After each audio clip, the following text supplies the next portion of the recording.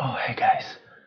Um, I'm recording a little bit late today, so let's maybe keep it more quiet because it's the middle of the night and I don't want to wake anyone up. It's important to respect your neighbors, right? Wrong. Animation is the only important thing in your life. Cool, so at this point, our main priority is getting a gig, so what should we do about it? It's very important to continue growing our social media presence, so there's this website called LinkedIn, which is a great place to connect with fellow animators, and also a lot of recruiters use it, so eventually you'll get hired if your profile stands out. So how do you make your profile stand out?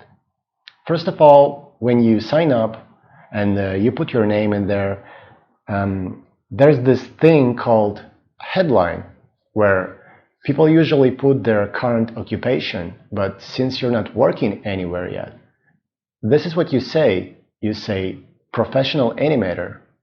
And it doesn't matter that you don't have any work experience yet, because it's not a matter of experience. Professional animator is a state of mind.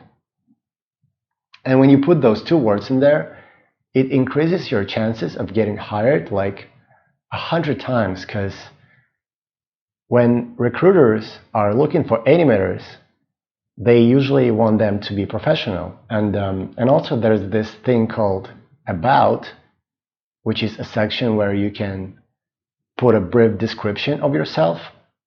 And you need to write something creative in there, like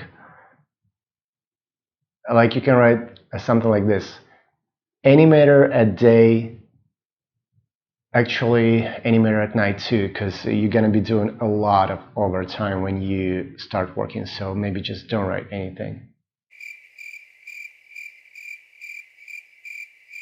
So when you have a LinkedIn profile, you can start posting your animations.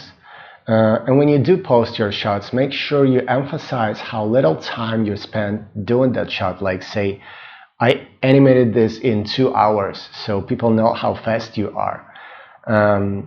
What you can also do is you can actually use a stopwatch to measure exactly how much time you spend on it, and say like, I animated this in 2 hours, 5 minutes, and 15 seconds.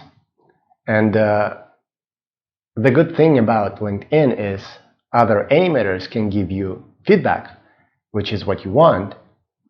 And by feedback that you want, I mean them saying, this looks great, because sometimes people start give you notes like, what the hell, my animation is perfect.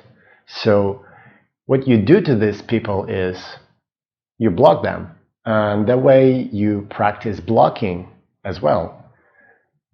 What you can also do is you can go on their profile and start giving them notes so that they know that they're not that good.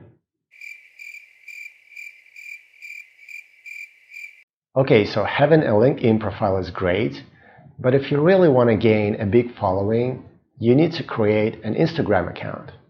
And after you do that, you need to start attracting people. And the best way to do it is to start leaving comments under other people's posts. And it's even better if those profiles have a lot of followers, so that you can attract not only the owner, but some of their following too. And who has the biggest amount of followers on Instagram? And you're right, it's hot girls. So go ahead and find a profile like that and pick the hottest picture. Like maybe it's a cleavage, maybe it's like a full body pose, like twisting like that, you know. And then you comment, hey, if you like curves and bouncing things, check out my profile. And then you post a play blast of a bouncing ball and a screenshot of Graph Editor. I really hope that those tips will help you attract some interest to your animations and gain some following.